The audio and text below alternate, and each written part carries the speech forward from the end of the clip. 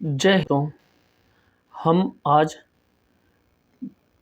पूर्वालोकन की यह पांचवी मैराथन है। पूर्वालोकन की यह पांचवी मैराथन है। तो आइए आज हम पूर्वालोकन की पांचवी मैराथन के बारे में जिक्र कर रहे हैं।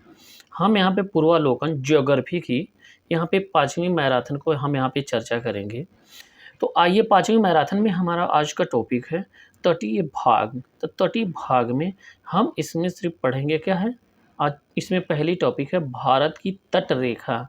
भारत की तट रेखा, तटीय भाग में भारत की तट रेखा पढ़ेंगे। तो इसमें देखिए क्या दिया गया है कि भारत के तीन ओर से समुद्र से घिरा है।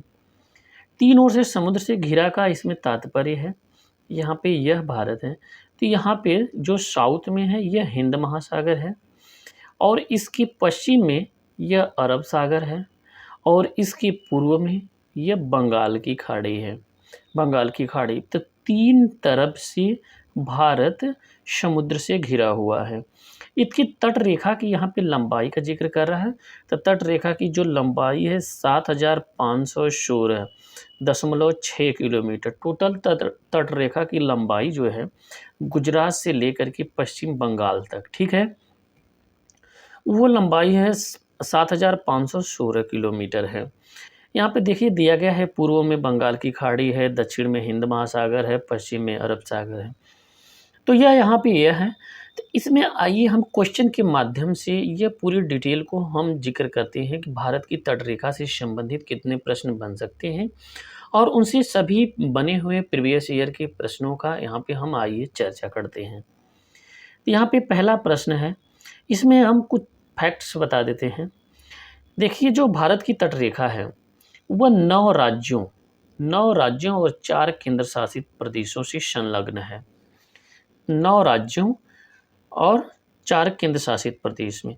तो उसमें क्या है, सबसे ज़्यादा तटरेखा अगर क्रम करती है तो ये गुजरात की है, जिसमें 1214 यानी कि 1214.7 किलोमीटर है। उसके बाद महाराष्ट्र है 652 किलोमीटर। फिर गोवा का यहाँ पे देखिए 118 दिखा रहा है, क्रम वाइज है, यहाँ पे गुजरात से लेकर जा रहा है। और यहाँ पे फिर कर्नाटक का 280 है, केरल का 569 है, तमिलनाडु का 906 है। इसके बाद देखिए आंध्रा का 973 है, आंध्रा का, उड़ीसा का 476, पश्चिम बंगाल का 157, दादरा नगर हवेली का यहाँ पे 42 किलोमीटर, लक्षद्वीप का 132, यहाँ पे पुदुचेरी का तो यहाँ पे कितना हो जा रहा है 30 किलोमीटर। तो ये इतने यहाँ पे राज्य हैं, और एक है अंत में अंडमान निकोबार का, यह 1960 किलोमीटर। एक बात यहाँ पे ध्यान दीजिए, यदि कभी आपसे प्रश्न करे कि राज्य और केंद्र शासित प्रदेश में सबसे ज़्यादा तटरेखा किसकी है, तो आप लोग अंडमान निकोबार को आंसर सही करिएगा। यदि यहाँ पे अंडमान निकोबार द्वीप समूह न दिया रहे तो सबसे ज़्यादा तटरेखा गुजरात की हो जाती है, ठीक है, गुजरात की हो जाती है। लेकिन सबसे ज़्यादा तटरेखा किसकी है राज्यों में, यहाँ पे 36 राज्य भारत के हैं। कितने हैं, 36 राज्य टोटल भारत के हैं, जिसमें से 8 केंद्र शासित प्रदेश हैं, और यहाँ पे 28 जो हैं यहाँ पे राज्य शासित हैं। तो यहाँ पे यह 8 केंद्र शासित हैं। तो इन 36 राज्यों में से सबसे ज़्यादा अगर तटरेखा का जिक्र करें तो अंडमान निकोबार की तटरेखा सबसे ज़्यादा है। यह कितनी है, 1962 किलोमीटर, 1962 किलोमीटर। तो यहाँ पे टोटल कितना हो जा रहा है, 7516 किलोमीटर। तो यह था यहाँ पे फैक्ट है। आइए इस पे संबंधित प्रश्न देखते हैं। इससे संबंधित प्रश्न देखते हैं। यहाँ पे पहला प्रश्न दिया गया है, बहुत इंपॉर्टेंट है। पहला प्रश्न दिया गया है कि निम्नलिखित में से किस तट से भारत का औसत समुद्र तल मापा जाता है। तो यह स्थान है चेन्नई तट से। अब ये कह रहे हैं औसत तल, यहाँ पे समुद्र तल क्या है, आप देखे होंगे कि यहाँ पे एवरेस्ट की माप, कंचनजंगा की, यानी जितनी भी सर्वोच्च चोटियाँ हैं किसी राज्य का ना, यहाँ पे पूछता है कि इसकी ऊंचाई कितनी है। तो जो ऊंचाई वहाँ पे मापक लिया जाता है, ऊंचाई का मापक, वह औसत समुद्र तल से लिया जाता है। तो वह कहाँ के तल से लिया जाता है, तो चेन्नई के तट से लिया जाता है।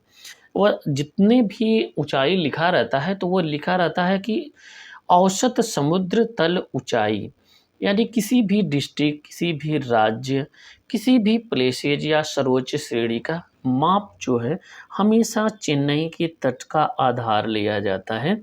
समुद्र तल का आधार लिया जाता है तो चेन्नई का तट हो जाएगा।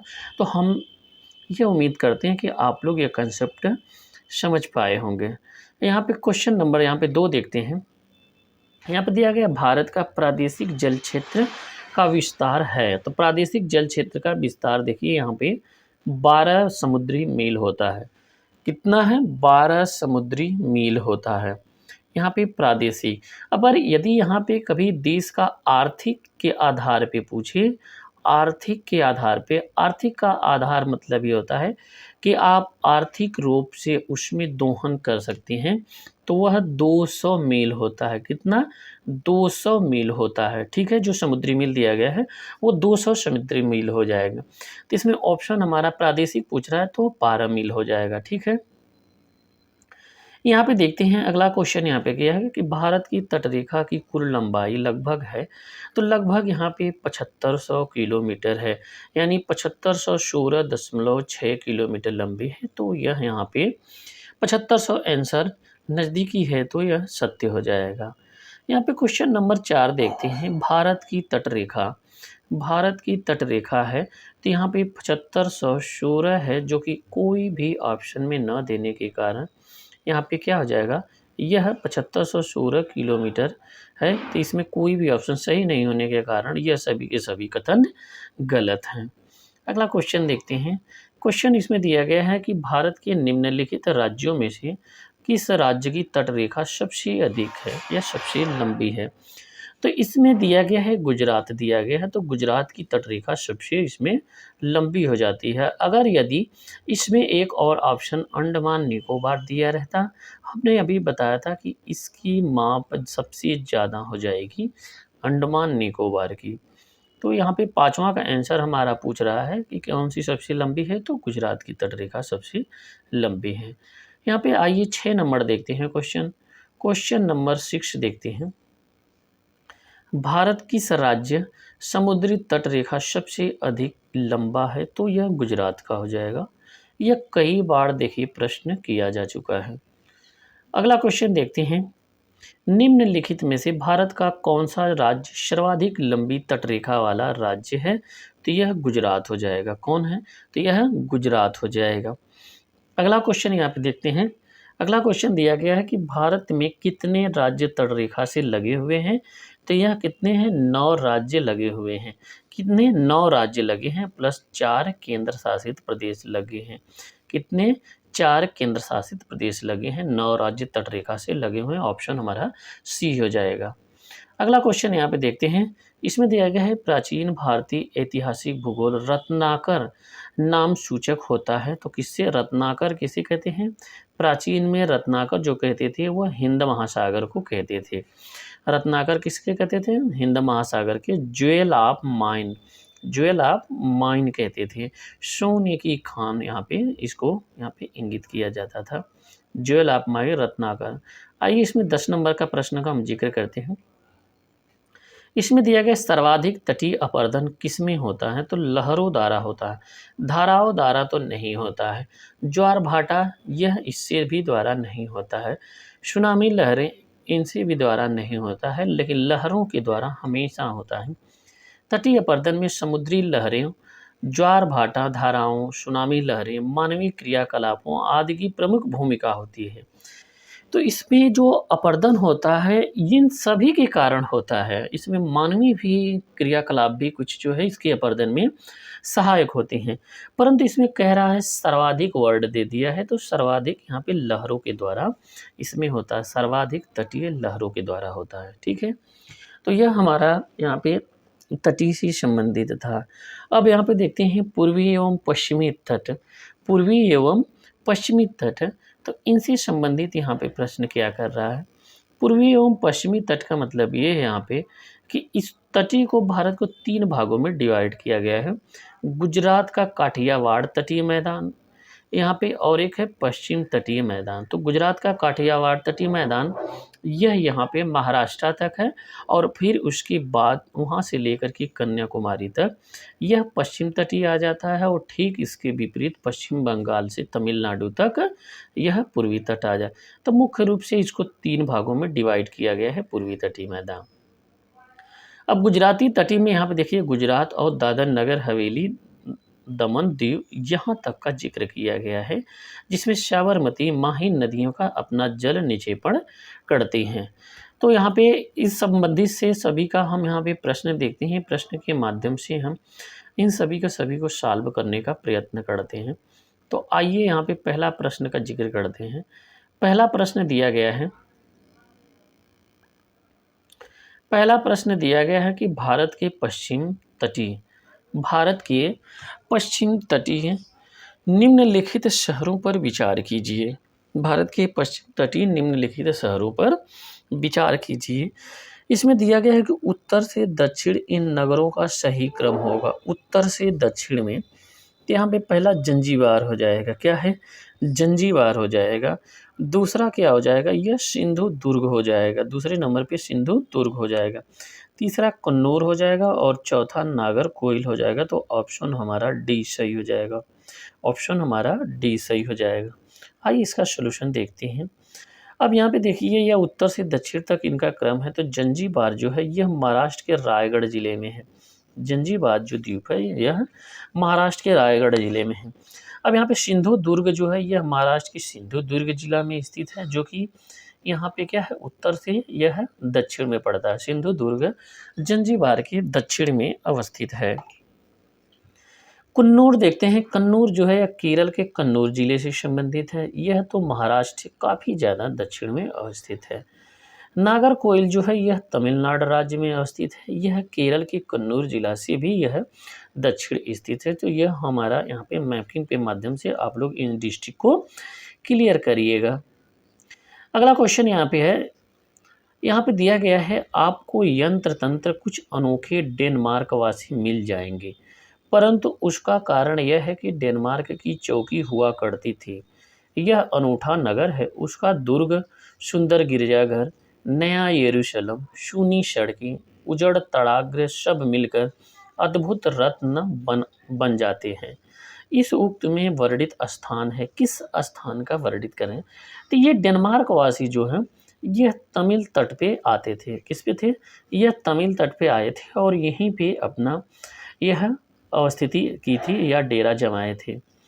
तो ये सारी की सारी जो यहाँ पे तरंगरवाड़ी डेनमार्क से न्यू यरूशलेम चर्च, जिरवेन चर्च, इन्होंने इमारतें बनवाई थी। ये डेनमार्क निवासियों के द्वारा बनवाई गई थी 1620 ईस्वी में। 1845 में डेनमार्क वासियों ने बस्ती को अंग्रेजों को बेच दिया था। ठीक है, यहाँ पे ये 1620 में इन्होंने ये सारी की सारी बस्तियों का निर्माण कराया था और 1845 में इन्होंने इन बस्तियों को बेच दिया था। यहाँ पे अगला प्रश्न देखते हैं। एक आपको यह मानचित्र दिखाया गया है। तो यह मानचित्र किसके हैं? यहाँ पे मानचित्र देखिए भी आकार की घाटी का निर्माण कर रहा है। और यूँ देखें तो यह भारत का तटीय यहाँ पे भूभाग हो जाएगा। यह पश्चिमी तट हो जाएगा और यहाँ पे यह पूर्वी तट हो जाएगा और यह हिंद महासागर तट हो जाएगा। आइए देखते हैं इससे संबंधित क्या यह प्रश्न करने का प्रयास कर रहा है। यहाँ पे पूछ रहा है कि भारत के तटीय क्षेत्रों के ये भाग द्योतिक करते हैं किसका?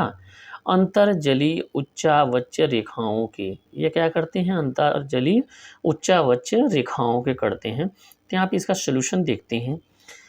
यहाँ पे प्रस्तुत मानचित्र में भारत के तटीय क्षेत्रों समेत सागर की गहराई को प्रदर्शित करने वाली अंतर्जलीय उच्चावच रेखा का चित्रांकन किया गया है। क्रमशः तट सागरीय नीतल की ओर उनकी गहराइयों को प्रदर्शित करती है। इस आधार पर सागरीय क्षेत्र में 4 प्रमुख उच्चावच मंडल पाए जाते हैं। कौन कौन है? महाद्वीपीय किनारे से सागर की गहराई की ओर क्रमशः क्या है? महाद्वीपीय मग्न तट होता है, फिर उसके बाद मग्न ढाल होता है, फिर सागर के मैदान होता है, फिर गर्त होता है। तो इसमें 4 इंपॉर्टेंट है। इसमें यह बात आप ध्यान दीजिएगा। 4 इंपॉर्टेंट फैक्ट का कभी कभी यह क्रम करने के लिए क्या देता है। तो पहला हो जाएगा यहाँ पे महाद्वीपीय मग्न तट और दूसरा हो जाएगा महाद्वीपीय मग्न ढाल हो जाएगा। फिर ढाल के बाद आएगा सागरी मैदान हो जाएगा, फिर आएगा गर्त। अब याद रखने का इसमें तरीका क्या है, अब देखिए कोई एक मैदानी भाग है, उस पे यदि समुद्र बढ़ करके अगर उस पे आ जाए तो वह जलमग्न हो जाता है, तो मग्न हो गया, तो पहला हो गया मग्न हो गया। अब मग्न के बाद हम जब नीचे की तरफ जाएंगे यानी समुद्र में जाएंगे तो थोड़ा सा ढाल पड़ेगा, क्योंकि हम नीचे जा रहे हैं तो ढाल पड़ेगा। तो अब यहाँ पे दूसरा स्थान पे ढाल हो गया। अब इन ढाल के बाद कुछ देर के बाद हमें बहुत लंबा एक मैदानी भाग पड़ेगा, जो ढाल निरंतर बना रहेगा, तो उसे हम कहते हैं सागरी मैदान है। और यह निरंतर जा करके एक गर्त का यानी कि सबसे निचली भूमि का निर्माण करेगा, तो वो सागरी गर्त हो जाएगा। तो ये याद रखने का अपना क्रम है। अगला क्वेश्चन यहाँ पे देखते हैं, क्वेश्चन नंबर 4 है, भारतवर्ष के निम्न शहरों पर विचार करें और नीचे दिए गए कूट को ज्ञात करें, इनमें से कौन सा पश्चिमी तट पर अवस्थित है। तो यहाँ पे क्या हो जाएगा, जंजीबार पश्चिमी तट पे है और ये उडुपी भी पश्चिमी तट पे है। बाकी ये दोनों के दोनों, ये जंजीबार जो है महाराष्ट्र के रायगढ़ जिले में है, ये है जंजीबार, और उडुपी कर्नाटक में, तो ये दोनों के दोनों पश्चिम में हो जाते हैं। अब यहाँ पे ओरेविल और तुतिकोरिन हो जाता है, तो ये दोनों के दोनों यहाँ पे किस पे हैं, यह है पूर्वी तट पे हैं। आइए इन सब का सलूशन देखते हैं। तो जंजीबार महाराष्ट्र में है, उडुपी कर्नाटक में, ओरेविल तमिलनाडु और पुडुचेरी के कोरोमंडल तट के पास है, और तुतिकोरिन जो है यह भी तमिलनाडु की पूर्वी तटी पर भाग है। तो ऑप्शन हमारा उसमें ए सही हो जाएगा कि यहाँ पे ओरेविल और तुतिकोरिन पूर्वी पे हैं और यह दोनों जंजीबार और उडुपी जो है यह पश्चिमी तट पे हैं। अगला क्वेश्चन यहाँ पे देखते हैं, सागर पुलिन दिया है और राज्य दिया है। सागर पुलिन और राज्य दिया है, इसमें दीघा दिया है, गोपालपुर, यहाँ पे कालगुट मरीना दिया गया है। तो इन सब में स्थान बताना है, तो मिलान करना है। आइए इसका सलूशन देखते हैं 5 का, फिर उसके बाद देखते हैं। 5 में दिया गया है, दीघा स्थान जो है, दीघा यह पश्चिम बंगाल में है। कहाँ पे है, दीघा पश्चिम बंगाल में सागर पुलीन है। गोपालपुर कहाँ पे है, यह उड़ीसा में है। कलांगुट कहाँ पे है, यह गोवा में। मरीना कहाँ पे है, यह तमिलनाडु में है। यह सागर पुलीन है। तो यहाँ पे दीघा है, दीघा एक जिला भी है, पश्चिम बंगाल में स्थान भी है। तो दीघा यहाँ पे कहाँ पे है, दीघा पश्चिम बंगाल में है, और गोपालपुर जो है यह उड़ीसा में है। कलांगुट जो है यह गोवा में है। मरीना जो है यह तमिलनाडु में अवस्थित है। अगला क्वेश्चन देखते हैं, यहाँ पे तमिलनाडु और आंध्र प्रदेश का तट का नाम क्या है, तो यह कोरोमंडल तट कहा जाता है। इसका सलूशन देखते हैं, तमिलनाडु और आंध्र प्रदेश में, तमिलनाडु और आंध्र प्रदेश को कोरोमंडल, आप देखेंगे कि जब मैप बनता है भारत का, तो आप देखते हैं थोड़ा सा ऐसे टाइप से मैप बनता है, यानी बीच में थोड़ा सा घुमाव होता है ये भाग का, तो ये कोर हो जाता है, कहीं ना कहीं पे यह कोर हो जाता है। तो इसे कोरोमंडल के नाम, तट से नाम से जानते हैं, आप लोग याद करिएगा। और इसके ठीक विपरीत यह मालाबार होता है। क्या है, यह मालाबार तट होता है। तो यहाँ पे कोरोमंडल तट का विस्तार दक्षिण प्रायद्वीपीय के दक्षिण के पूर्व आंध्र प्रदेश में फाल्स डिवीजन यानी कृष्णा नदी जो है उसका डेल्टा के पास से है, और तमिलनाडु के केप कमोरिन यानी कन्याकुमारी तक इसका फैलाव है। अब यहाँ पे अगला क्वेश्चन देते हैं, तमिलनाडु का समुद्री तट कहलाता है, तो यह कोरोमंडल कहलाता है। अगला क्वेश्चन यहाँ पे देखते हैं, क्वेश्चन नंबर 8 है, भारत के निम्नलिखित तटों में से कौन सा कृष्णा डेल्टा और केप कोमोरिन के बीच में अवस्थित है, तो यह भी कोरोमंडल तट है। अगला क्वेश्चन देखते हैं, क्वेश्चन नंबर 9 है, निम्नलिखित में से किसे केप कमोरिन के नाम से जाना जाता है, तो उसे कन्याकुमारी को केप कमोरिन के नाम से जाना जाता है। अगला क्वेश्चन यहाँ पे क्वेश्चन नंबर 10 है, भारत के पश्चिमी तटीय मैदान के उत्तरी भाग, पश्चिमी तटीय मैदान की उत्तरी जो भाग है उसे किस नाम से जाना जाता है, तो यह मालाबार, यह गलत है। पश्चिमी तटीय मैदान के उत्तरी भाग नहीं, यह मालाबार जो है ये दक्षिणी मैदान है। क्या है, मालाबार यह दक्षिणी मैदान है, यह दक्षिणी मैदान है। कर्नाटक का तट यह मध्य मैदान है। तो जो पश्चिमी तटीय यानी उत्तरी तटीय मैदान है उसे हम यहाँ पे क्या कहते हैं, तो उसे कोंकण तट कहते हैं। तो ये ऑप्शन हमारा यहाँ पे क्या हो जाएगा, उसे कोंकण तट कहते हैं, ऑप्शन सी सही हो जाएगा। पश्चिमी तटीय मैदान संकीर्ण है, इसके उत्तरी भाग को कोंकण तट, दक्षिणी भाग को मालाबार कहते हैं। जबकि यहाँ पे पूर्वी तटीय मैदान और उत्तरी भाग को उत्तरी सरकार उड़ीसा के तट है और दक्षिणी का कोरोमंडल कहा जाता है। तो यहाँ पे हम मैप के माध्यम से हम आप लोगों को इन सभी का यहाँ पे एक बार मैपिंग दिखा देते हैं। यह यहाँ पे गुजरात है, गुजरात से यहाँ पे मैप के माध्यम से देखते हैं। यह यहाँ पे पश्चिम बंगाल है, उड़ीसा है। तो यह उड़ीसा से लेकर के यहाँ तक का यानी कि कृष्णा नदी तक, कृष्णा नदी के डेल्टा तक यह उत्तरी सरकार बोला जाता है। क्या है? उत्तरी सरकार के नाम से यह जाना जाता है। और यहाँ पे कृष्णा नदी के डेल्टा से लेकर के यह केप कमोरिन तक, इसे जो है क्या है, कोरोमंडल तट के नाम से जाना जाता है। किसको? कोरोमंडल तट के नाम से जाना जाता है। अब इस साइड देखते हैं गुजरात की, यह गोवा तक, इसके भाग को कोंकण के नाम से जाना जाता है। किसके नाम से? कोंकण के नाम से जाना जाता है। और फिर इसके दक्षिणी भाग को किस नाम से जाना जाता है? इसे मालाबार तट के नाम से जाना जाता है। मालाबार तट के नाम से जाना जाता है। तो यह चार इम्पॉर्टेंट है, आप लोग ध्यान दीजिएगा। यह कोरोमंडल तट है जो कि यह पूर्वी में है, यह पश्चिम में मालाबार तट है, और फिर यह उत्तरी तट जो पश्चिम के उत्तरी वाला तट जो है गुजरात के नीचे, यह कोंकण तट हो जाएगा। ठीक है। अब यहाँ पे कर्नाटक के पास, उसमें मैप में हमने बताया नहीं है, कर्नाटक के पास उसे कन्नड़ तट के नाम से जानते हैं। तो यह यहाँ पे प्रश्न था। कौन सा नंबर है का प्रश्न? आगे देखते हैं। यह 10 नंबर का प्रश्न था। तो यह तट से संबंधित इतना ही प्रश्न है। अगली यहाँ पे टॉपिक जो है हम वो डिस्कस कर रहे हैं। अगली टॉपिक है द्वीप समूह के बारे में जिक्र कर रहा है। द्वीप समूह, तो यहाँ पे जो 10 नंबर की टॉपिक है इसमें द्वीप समूह, तो द्वीप समूह, 2 द्वीप समूह हैं। कौन कौन से? एक है बंगाल की खाड़ी का द्वीप समूह और दूसरा जो है यहाँ पे अरब सागर का खाड़ी के द्वीप हैं, अरब सागरी द्वीप हैं। एक बंगाल खाड़ी का, एक दूसरा अरब सागर का। तो यहाँ पे पहला जो हम डिस्कस कर रहे हैं अभी, यहाँ पे यह बंगाल खाड़ी के द्वीपों को यहाँ पे डिस्कस कर रहे हैं। तो यहाँ पे द्वीप जो दिया गया है यह अंडमान निकोबार द्वीप के बारे में जिक्र कर रहे हैं। तो आइए हम इन पे प्रश्न देखते हैं। प्रश्न के माध्यम से इसे हम समझने का प्रयास करते हैं, तो इससे काफ़ी ज़्यादा हमें आसानी होगी। यह कुछ इसमें इस इम्पोर्टेंट स्टेट हैं, तो यह इन सभी का क्वेश्चन में जिक्र हो जाएगा। 8 डिग्री चैनल जो है यह मिनिकॉय और मालदीव के बीच है। 9 डिग्री चैनल यह मिनिकॉय और लक्षद्वीप के बीच है।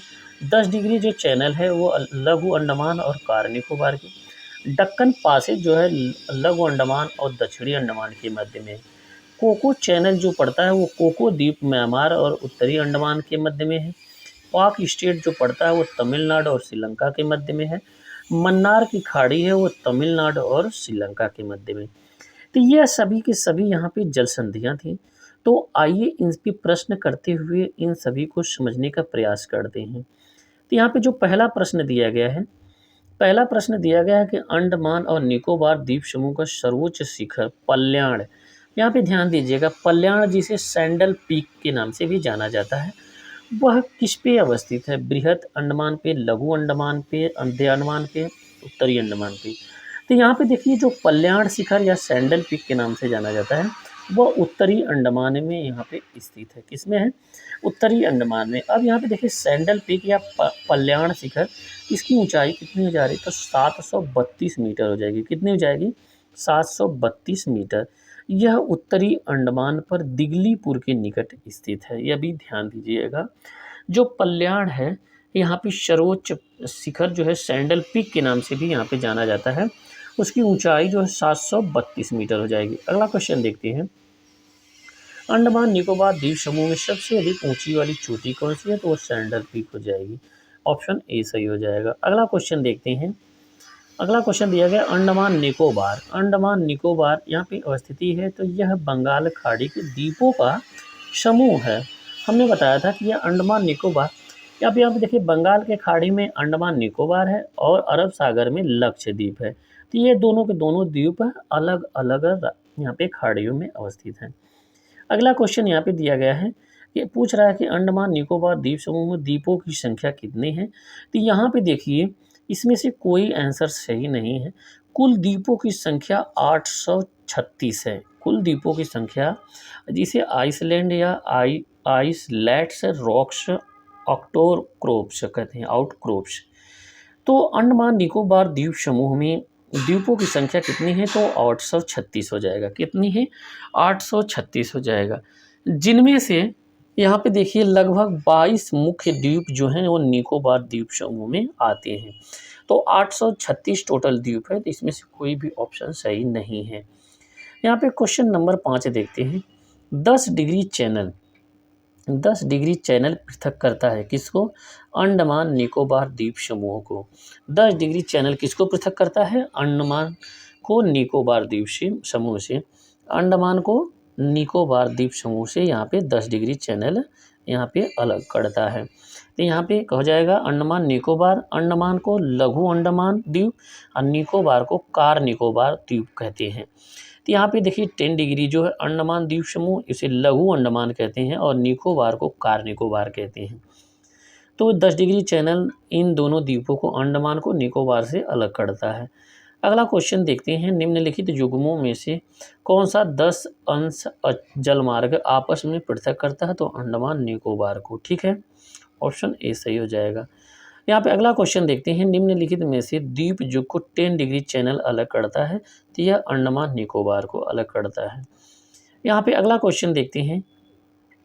यहाँ पे दिया गया है बैरन द्वीप ज्वालामुखी एक सक्रिय ज्वालामुखी है। तो ये तो बात तो सही है, जो भारतीय राज्य क्षेत्र में स्थित है।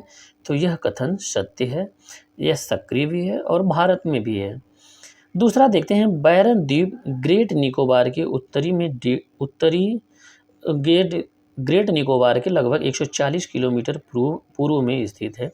तो यह बात तो सही है कि पूर्व में स्थित है और 140 किलोमीटर है, लेकिन बैरन द्वीप ग्रेट निकोबार में नहीं स्थित है। यह उत्तरी अंडमान में, यहाँ पे दिया गया है ग्रेट निकोबार, लेकिन यह उत्तरी अंडमान में स्थित है, इस कारण यह कथन गलत हो जाएगा। यहाँ पे तीसरा नंबर दिया है। पिछली बार बैरन द्वीप ज्वालामुखी 1991 में उद्गार हुआ था और तब से यह निष्क्रिय बना हुआ है, यह कथन गलत है। यह सक्रिय ज्वालामुखी है, यानी ऑप्शन हमारा ए सही हो जाएगा। तो इस द्वीप के बारे में इसका सोल्यूशन देख लेते हैं। बैरन द्वीप बंगाल की खाड़ी में अंडमान सागर वहाँ पे दिया था निकोबार सागर, पोर्ट ब्लेयर से लगभग 135 किलोमीटर, लगभग 135 है, तो ये तो 140 तक भी सही हो जाएगा।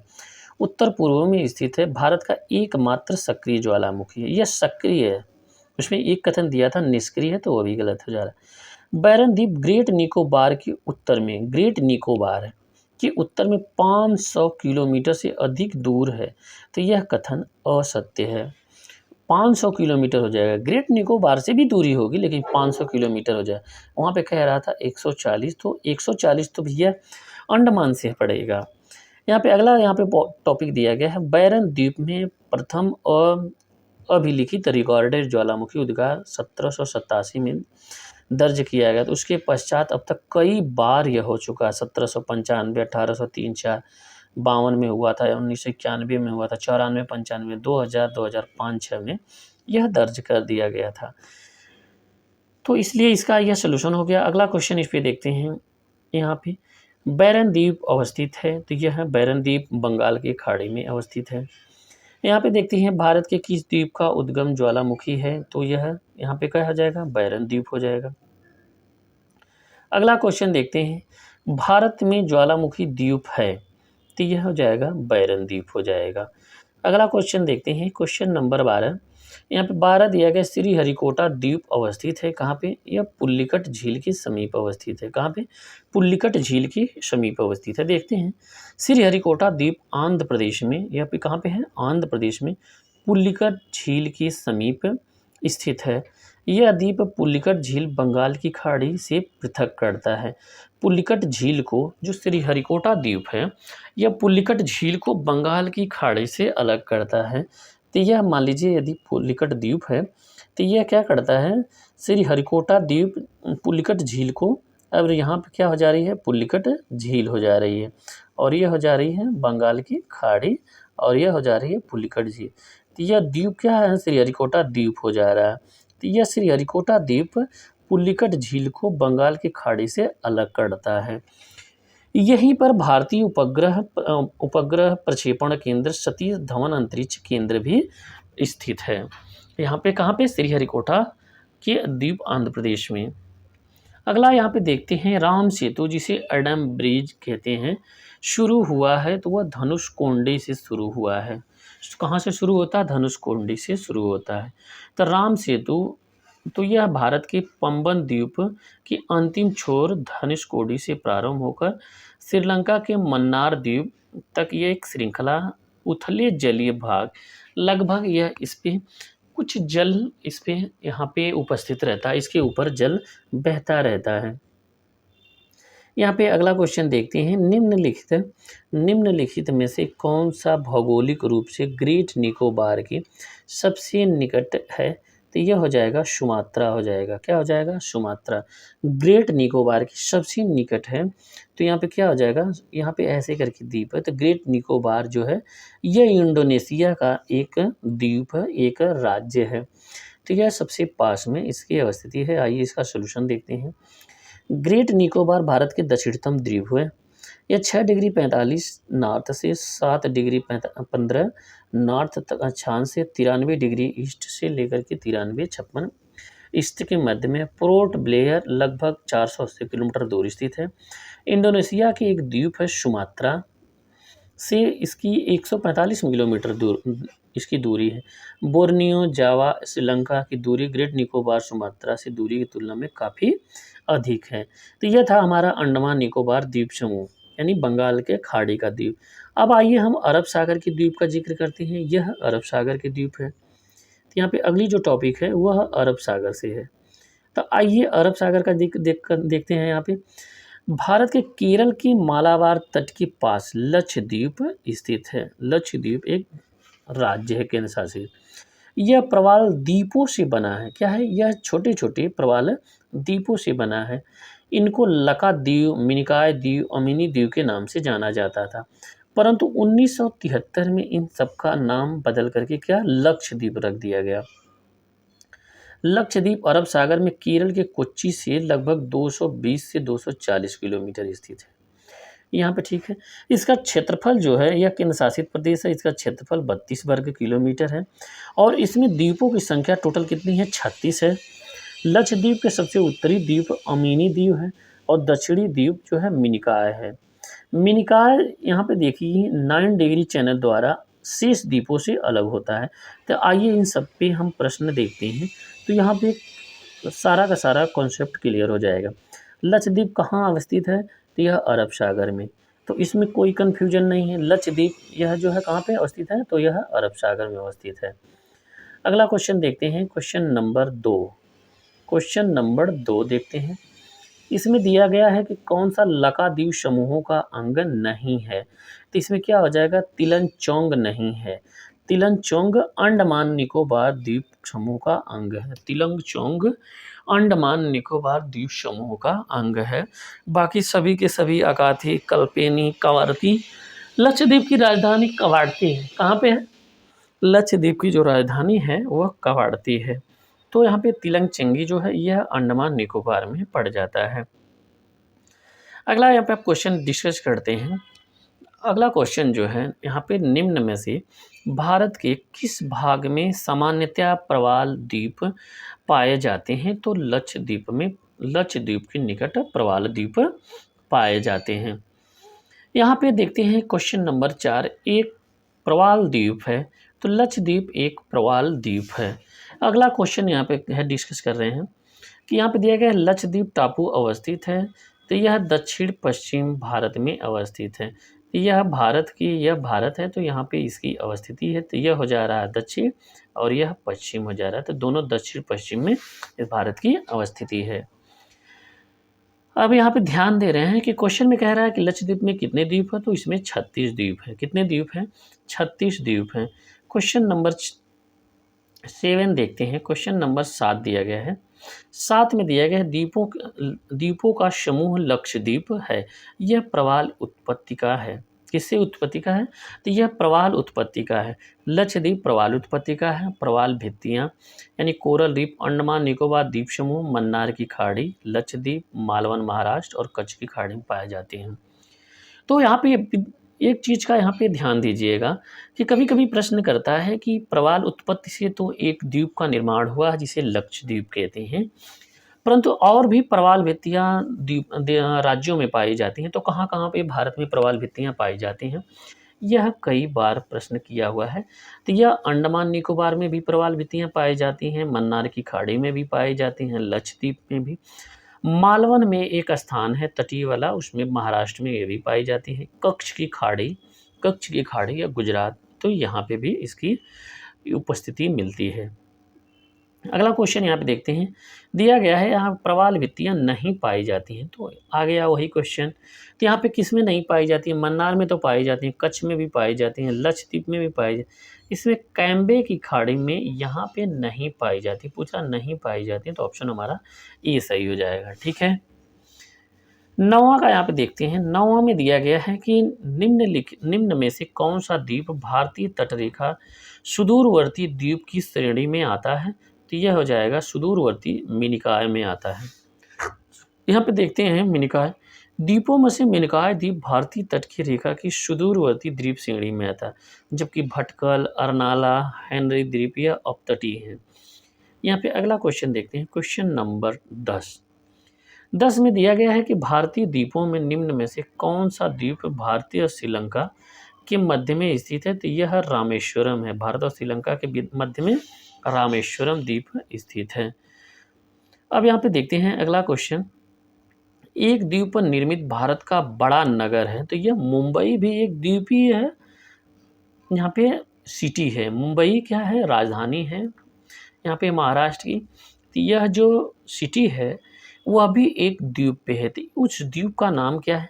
एक द्वीप निर्मित भारत का सबसे बड़ा नगर तो यह मुंबई है।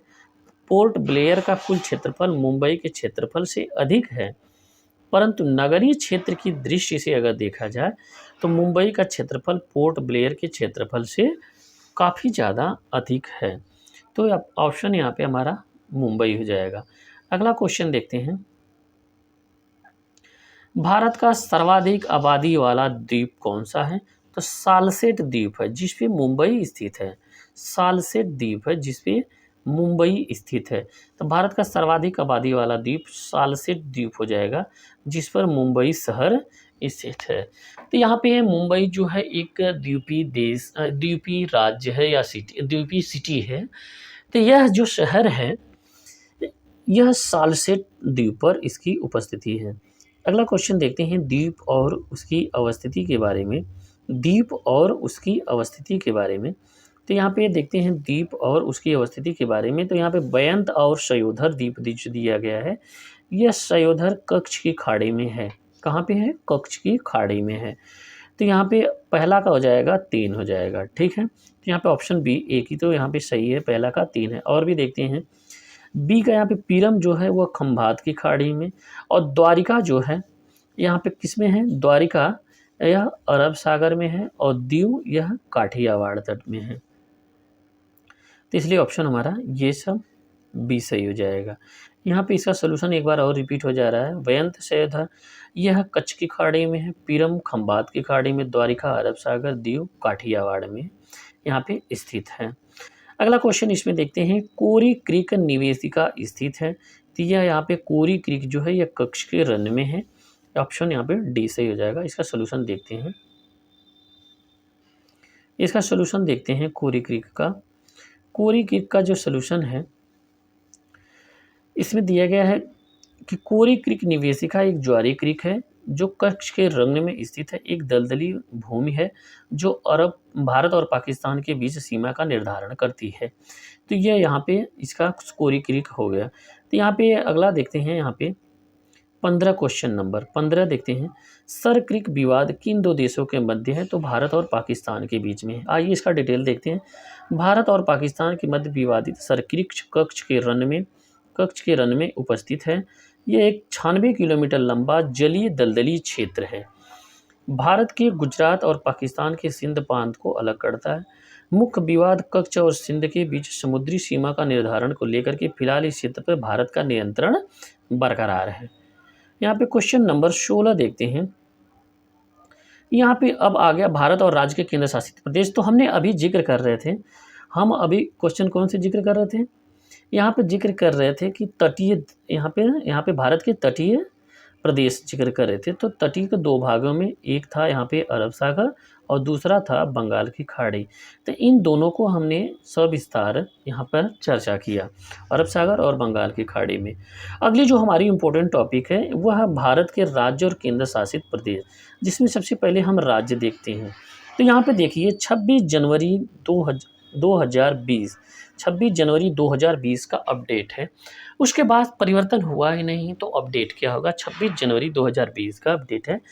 भारत के वर्तमान में यानी आज के भी डेट में 28 राज्य और 8 केंद्र शासित प्रदेश वर्तमान में हैं। यानी टोटल कितने हैं, 36 राज्य और केंद्र शासित प्रदेश हैं।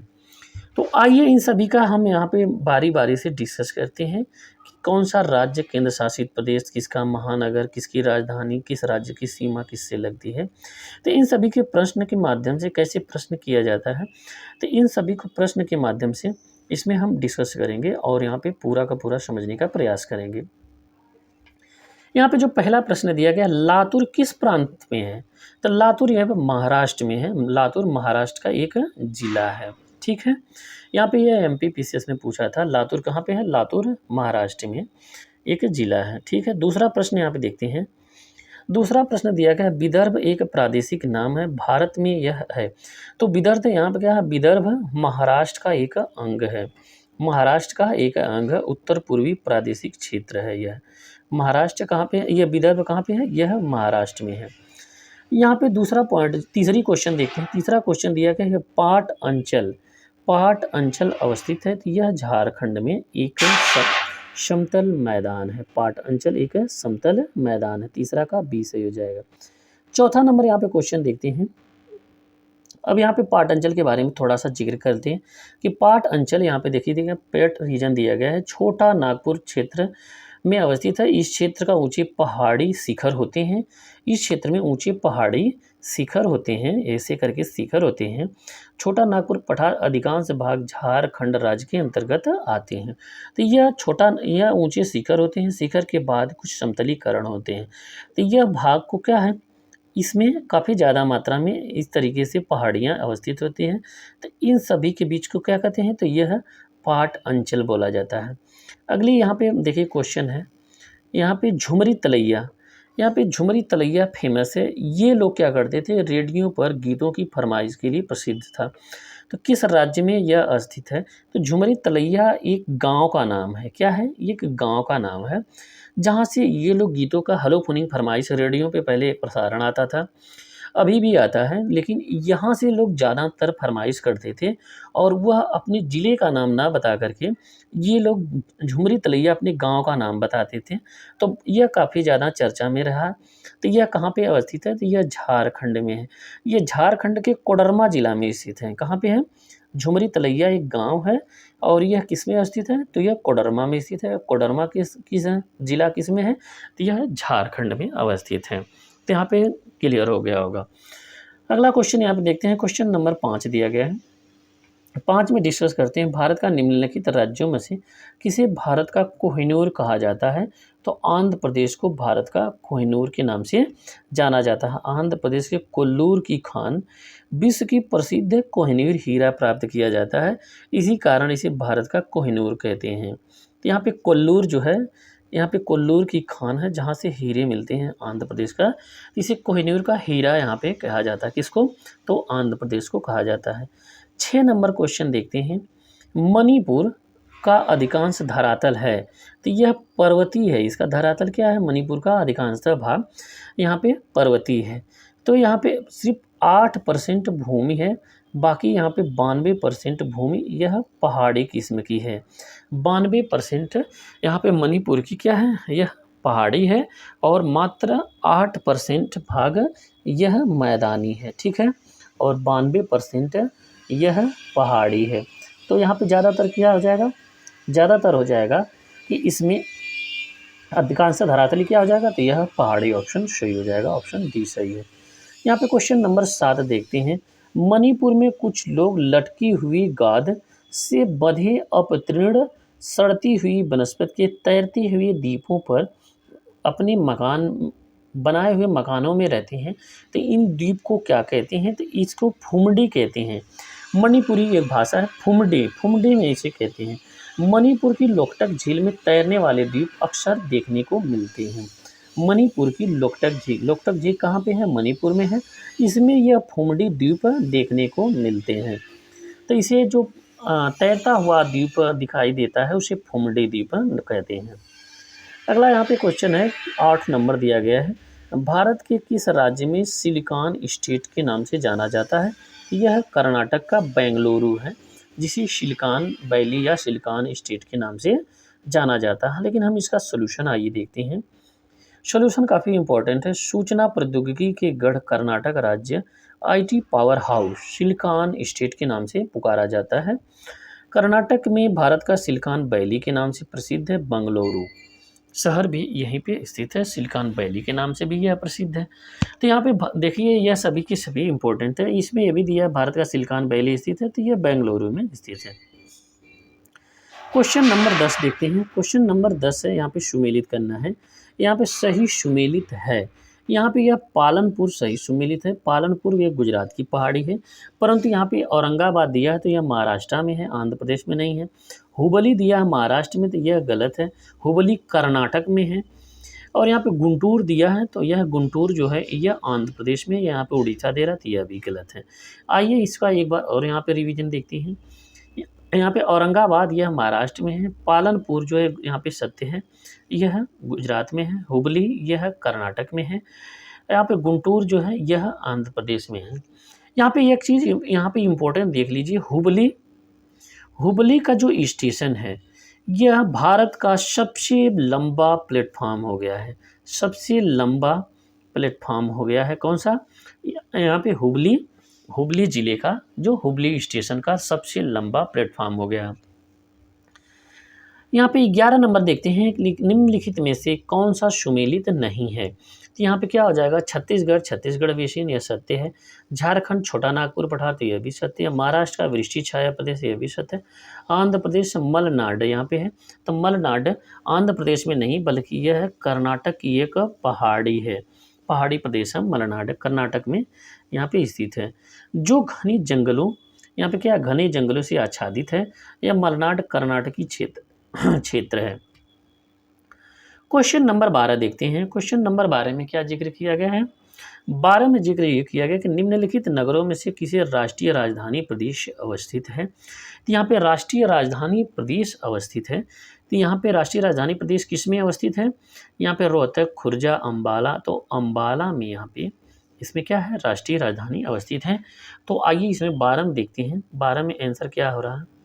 तो 12 में इसका आंसर है यहाँ पे डी को मान रहा है।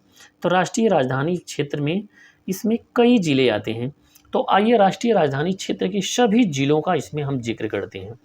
राष्ट्रीय राजधानी क्षेत्र में कौन कौन से जिले आते हैं इसमें देखते हैं। वर्तमान में कितने जिले आते हैं? तो वर्तमान में राष्ट्रीय राजधानी क्षेत्र दिल्ली के अंतर्गत यहाँ पे क्या है, कितने जिले आते हैं? हरियाणा के उपक्षेत्र कौन कौन से हैं? हरियाणा का फरीदाबाद, गुरुग्राम, मेवात, रोहतक, सोनीपत, रेवाड़ी, झज्जर, पानीपत, पलवल, भिवानी, महेंद्रगढ़, जिंद, करनाल जिले आते हैं। ठीक है, इतने जिले तो जो थे ये हरियाणा के हैं। अब उत्तर प्रदेश के देखते हैं, उत्तर प्रदेश के कौन कौन से जिले आते हैं? उत्तर प्रदेश के मेरठ आ जाएगा, गाजियाबाद है, हापुड़ हो जाएगा, गौतम बुद्ध नगर हो जाएगा और बुलंदशहर हो जाएगा, मुजफ्फरनगर, शामली हो जाएगा, बागपत हो जाएगा। अब यहाँ पे ये थी यहाँ पे उत्तर प्रदेश के ज़िले। अब यहाँ पे राजस्थान के ज़िलों की संख्या देखते हैं। राजस्थान के क्या है? अलवर और भरतपुर, 2 ज़िले राजस्थान के हैं। तो यहाँ पे खुर्जा नगर बुलंदशहर का ज़िला आता है। स्पष्ट है कि अम्बाला राष्ट्रीय राजधानी क्षेत्र के अंतर्गत शामिल नहीं है। तो यहाँ पे क्या था? अम्बाला राष्ट्रीय राजधानी क्षेत्र के अंतर्गत शामिल नहीं, यह हरियाणा के अम्बाला नगर राष्ट्रीय राजधानी क्षेत्र के अंतर्गत आता है, तो अम्बाला वहाँ पे सही हो जाएगा, ऑप्शन डी। एक अगला क्वेश्चन यहाँ पे देखते हैं। क्वेश्चन नंबर यहाँ पे देखते हैं 13। क्वेश्चन नंबर 13 इसमें जिक्र कर रहा है कि राष्ट्रीय राजधानी क्षेत्र नहीं है, तो यहाँ पे क्या हो जाएगा? इसमें पंजाब का कोई भी यहाँ पे जिला राष्ट्रीय राजधानी क्षेत्र के अंतर्गत नहीं आता। बाकी हरियाणा, राजस्थान, उत्तर प्रदेश, इन तीनों के जिले आते हैं। यानी कि राष्ट्रीय राजधानी क्षेत्र वो होता है जिसमें दिल्ली अपना विकास यानी डेवलपमेंट करती है, उसे राष्ट्रीय राजधानी क्षेत्र कहते हैं। और इसमें अगला क्वेश्चन यहाँ पे क्वेश्चन नंबर 14 देखते हैं। क्वेश्चन नंबर 14 दिया गया है, यदि कोई पश्चिम से पूर्व की यात्रा करे तो नीचे दिए गए विकल्पों में से मिलने वाले 4 नगरों और शहरों का सही क्रम क्या हो जाएगा। यदि पश्चिम से पूर्व जा रहा है तो बीकानेर सबसे पहले पड़ेगा, ठीक है। उसे अलीगढ़ पड़ेगा, दरभंगा पड़ेगा, नौगांव पड़ेगा। दरभंगा बिहार में, अलीगढ़ यूपी में, बीकानेर राजस्थान में, नौगांव यहाँ पे पश्चिम बंगाल में है। नौगांव कहाँ पे है, तो नौगांव असम में है। यहाँ पे नौगांव कहाँ पे है, यह असम है। बीकानेर राजस्थान, अलीगढ़ उत्तर प्रदेश, दरभंगा बिहार में। नौगांव कहाँ पे है, तो यह उत्तर प्रदेश में है। अगला क्वेश्चन यहाँ पे देखते हैं, इसमें कुछ प्लेसेस दिए गए हैं हिमाचल प्रदेश के, इसमें आपको बताना है कि इन प्लेसेस में कौन से शहर हैं। तो आइए इसमें देखते हैं, ये इन शहरों में कौन कौन से शहर हैं। तो ये बारामूला, श्रीनगर, अनंतनाग, कारगिल। तो यहाँ पे क्रम के अनुसार कौन कौन से थे, ए पे बारामूला था, बी पे श्रीनगर, सी पे अनंतनाग, डी पे कारगिल। तो ये मैपिंग के माध्यम से आप लोगों का कॉन्सेप्ट क्लियर हो जाएगा। अगला क्वेश्चन देखते हैं, क्वेश्चन नंबर 16 देखते हैं, निम्न वाक्यों में से कौन सा सही है। तो यहाँ पे मध्य प्रदेश की सीमा 7 राज्यों से लगती है, तो यह कथन सत्य है। यहाँ पे इसका सलूशन यहाँ पे देखते हैं, वर्तमान में मध्य प्रदेश की सीमा 5 राज्यों से लगती है। जब प्रश्न पूछा गया था तो वह 93 में पूछा गया था, तब 7 राज्यों में लगती थी, क्योंकि छत्तीसगढ़ एमपी का भाग हुआ करता था। छत्तीसगढ़ 2000 में अलग हो गया, तो इसलिए वर्तमान में मात्र 5 राज्यों से सीमा लगती है एमपी की, गुजरात, राजस्थान, उत्तर प्रदेश, छत्तीसगढ़ और महाराष्ट्र से। तो कथन ये गलत हो जाएगा। अगला क्वेश्चन देखते हैं। अगला क्वेश्चन इसमें दिया गया है कि क्षेत्रफल के अनुसार, यहाँ पे दिया गया है क्षेत्रफल के अनुसार इसमें अवरोही क्रम में लिखिए। तो क्षेत्रफल के अनुसार अवरोही क्रम क्या हो जाएगा, यहाँ पे पहले पे कौन हो जाएगा, इसमें पहले पे हो जाएगा मध्य प्रदेश, ठीक है। दूसरे पे हो जाएगा उत्तर प्रदेश, तीसरे पे यहाँ पे कौन हो जाएगा, आंध्रा हो जाएगा, चौथे पे हो जाएगा बिहार हो जाएगा। तो यहाँ पे अवरोही क्रम में इनका क्रम इस प्रकार है। निम्न राज्यों में से किस क्षेत्रफल सबसे कम है। तो इसमें क्षेत्रफल सबसे कम क्या हो जाएगा, तो यह तमिलनाडु का क्षेत्रफल सबसे कम हो जाएगा, बाकी सभी का क्षेत्रफल तमिलनाडु से ज़्यादा है। अगला क्वेश्चन देखते हैं, भारत के समस्त राज्यों में क्षेत्रफल के उत्तर प्रदेश का क्या स्थान आता है। तो उत्तर प्रदेश क्षेत्रफल में चौथा स्थान आता है। पहले पे संपूर्ण भारत में राजस्थान है, दूसरे पे एमपी आता है, तीसरे पे महाराष्ट्र है और चौथे पे यूपी आता है। चौथे स्थान पे यूपी आता है। यूपी का क्षेत्रफल है 2,40,928 वर्ग किलोमीटर है। यहाँ पे अगला क्वेश्चन देखते हैं, भारत के निम्नलिखित राज्यों में से कौन सा जनसंख्या दृष्टि से द्वितीय और क्षेत्रफल के दृष्टि से तृतीय स्थान की जनगणना है। जनसंख्या दृष्टि से द्वितीय और क्षेत्रफल की दृष्टि से तृतीय है। तो यहाँ पे देखिए ये कौन सा हो जाएगा, क्षेत्रफल की दृष्टि से तृतीय और जनसंख्या की दृष्टि से द्वितीय है। तो यहाँ पे एक हो जाएगा महाराष्ट्र। कौन हो जाएगा, महाराष्ट्र। 2011 की जनगणना के अनुसार महाराष्ट्र जनसंख्या की दृष्टि से द्वितीय और क्षेत्रफल की दृष्टि से तृतीय हो जाएगा। तो पहले जनसंख्या की दृष्टि से यूपी है, दूसरा महाराष्ट्र है। यहाँ पे यह दोनों का क्रम हो जाएगा। यहाँ पे अगला क्वेश्चन देखते हैं, भारत का लगभग 30% क्षेत्र 3 राज्यों में समाहित है। किसमें, राजस्थान, मध्य प्रदेश और महाराष्ट्र में। यह ऑप्शन हमारा सी सही हो जाएगा। अगला क्वेश्चन देखते हैं, क्षेत्रफल के क्रम में भारत के 3 बड़े राज्य, राजस्थान हो जाएगा, मध्य प्रदेश और महाराष्ट्र, ये तीनों सबसे बड़े राज्य हैं। चौथा आ जाता है उत्तर प्रदेश का, अपना प्यारा उत्तर प्रदेश। यहाँ पे अगला क्वेश्चन देखते हैं, क्वेश्चन नंबर 30, निम्नलिखित में से कौन भारत के राज्यों और उनके क्षेत्रफल का अवरोही क्रम सही है। तो यहाँ पे छत्तीसगढ़, झारखंड, हिमाचल प्रदेश, उत्तराखंड, यह हमारा अवरोही क्रम सही हो जाएगा। यहाँ पे अवरोही क्रम का मतलब होता है घटते क्रम। क्या होता है, अवरोही क्रम घटते क्रम। अगला क्वेश्चन इसमें देखते हैं, अगला क्वेश्चन इसमें दिया गया है क्वेश्चन नंबर 24, निम्नलिखित में से किन राज्यों में भौगोलिक क्षेत्र घटते क्रम है। तो इसमें क्या हो जाएगा, घटते क्रम सबसे बड़ा राजस्थान है। यहाँ पे पहला हो गया और उसके बाद दूसरा आ जाएगा यहाँ पे महाराष्ट्र है, तो ऑप्शन हमारा हो जाएगा सी। फिर उसके बाद कौन सा, कर्नाटक, फिर तमिलनाडु। यहाँ पे अगला क्वेश्चन देखते हैं, क्वेश्चन नंबर 25। कौन सा राज्य क्षेत्रफल में सबसे छोटा है? तो यह उत्तराखंड उत्तर प्रदेश से अलग होकर के बना है, तो यह इसका क्षेत्रफल सबसे कम है। क्वेश्चन नंबर 26 देखते हैं। 26 में क्या दिया गया है कि भारत की जनसंख्या के अनुसार तीसरा एवं क्षेत्रफल में 12वां राज्य है, तो यह क्या हो जाएगा, जनसंख्या में तीसरा और क्षेत्रफल में 12वां, तो यह बिहार हो जाएगा। यहाँ पे क्षेत्रफल के अनुसार बिहार 12वां है। और यहाँ पे अगला देखते हैं, निम्नलिखित राज्यों में से कौन उत्तर प्रदेश की सीमावर्ती है? तो सीमावर्ती किससे उत्तर प्रदेश की बनती है? राजस्थान से बनती है, छत्तीसगढ़, झारखंड। तो यहाँ पे क्या हो जाएगा, 2, 3, 4 सही है। ऑप्शन 27 का देखते हैं, बी 2, 3, 4 सही है। तो उत्तर प्रदेश की जो सीमा है वो 9 राज्यों से 8 राज्य हैं और एक केंद्र शासित प्रदेश से सीमाएं उसकी संलग्न हैं, जिसमें से हिमाचल प्रदेश, हरियाणा, राजस्थान, मध्य प्रदेश, छत्तीसगढ़, झारखंड, बिहार, उत्तराखंड और एक केंद्र शासित प्रदेश है दिल्ली। पंजाब इसमें सीमा उत्तर प्रदेश से नहीं बनाता है। अगला यहाँ पे क्वेश्चन देखते हैं, असम राज्य कुल मिलाकर कितने राज्यों और केंद्र शासित प्रदेशों से घिरा है? तो वह 7 राज्यों से घिरा है। तो असम जो है भारत के पूर्वोत्तर के जितने भी 7 राज्यों में से 6 राज्य जो हैं यह सभी की सभी सीमा बनाते हैं, तो 6 राज्य वो हो गया और असम की एक सीमा बनती है पश्चिम बंगाल से, तो यह हो गया 7 राज्य। अगला यहाँ पे देखते हैं कि छत्तीसगढ़ की उभयनिष्ठ नहीं है, यानी उसकी सीमा उभयनिष्ठ नहीं है, तो यह बिहार से छत्तीसगढ़ की सीमा नहीं लगती है। ये मैपिंग पे ज़्यादा बेस्ड है, मैपिंग को देखते हुए आप अपने प्रश्नों को बनाएं और यहाँ पे सभी का सभी कॉन्सेप्ट क्लियर हो जाएगा। 30 नंबर देखते हैं, निम्न नगरों में से माध्य समुद्र तल किसकी ऊंचाई अधिकतम है? तो ये बेंगलुरु का ऊंचाई अधिकतम हो जाएगी, क्या है, 910 मीटर हो जाएगी बेंगलुरु की यहाँ पे ऊंचाई हो जाएगी। अगला क्वेश्चन देखते हैं, निम्न में से कौन सा कथन राजस्थान के मरु क्षेत्र के लिए सही है? तो यह विश्व का सबसे घना बसा मरुस्थल है, तो यह कथन सत्य है।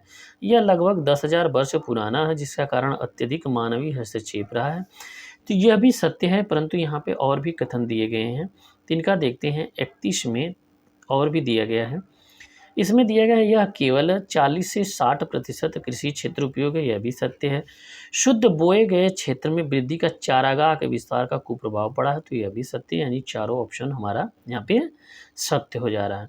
अगला क्वेश्चन देखते हैं, क्वेश्चन नंबर यहाँ पर दिया गया है यहाँ पे 32, क्वेश्चन नंबर यहाँ पे कौन सा है, 32 में देखते हैं, भारत के उस विशेष राज्य विशेष विशेषताओं को उक्त है, इसमें देखना है उसका अक्षांश है, बताइए कि यह सभी के सभी लक्षण किस राज्य के हैं, बस यहाँ पे यही क्वेश्चन का भावार्थ है। यह उसी अक्षांश पर स्थित है जो उत्तरी राजस्थान होकर के जाता है।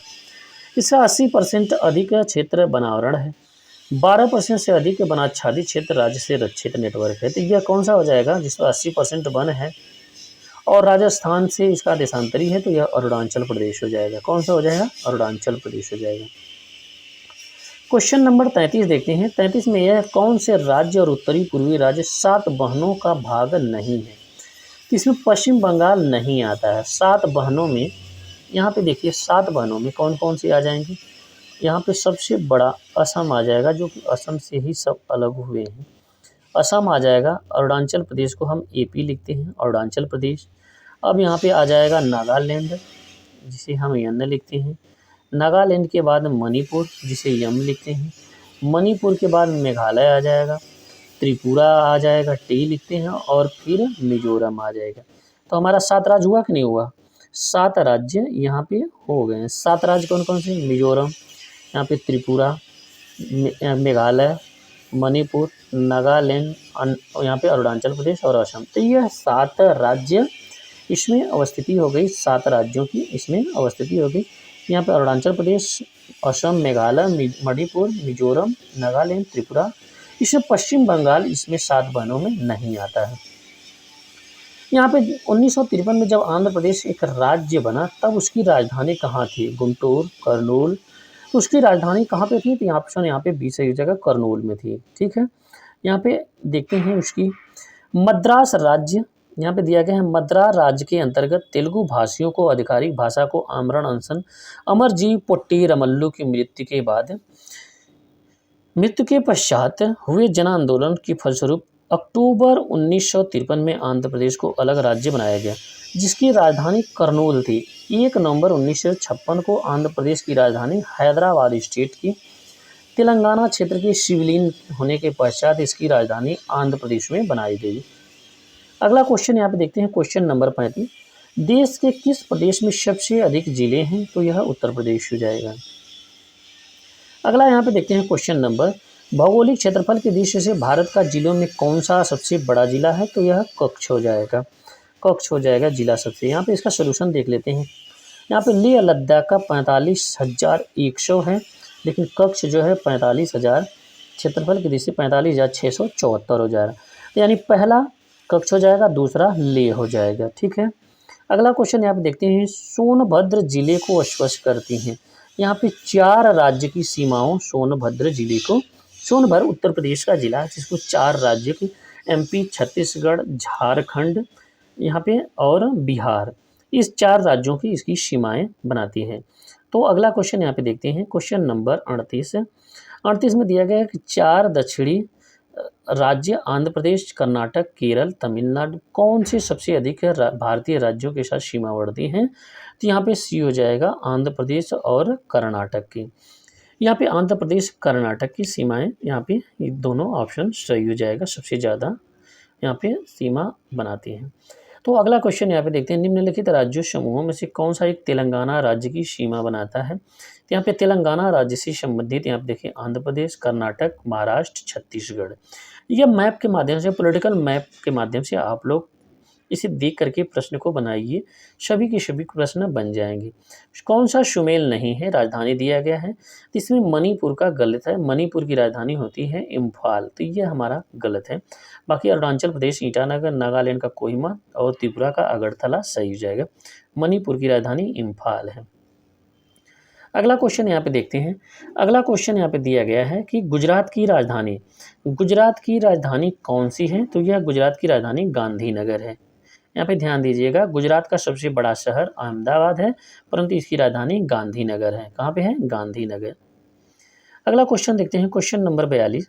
42 में दिया गया है कि राजस्थान की राजधानी कौन सी है? तो यह हो जाएगा जयपुर हो जाएगा।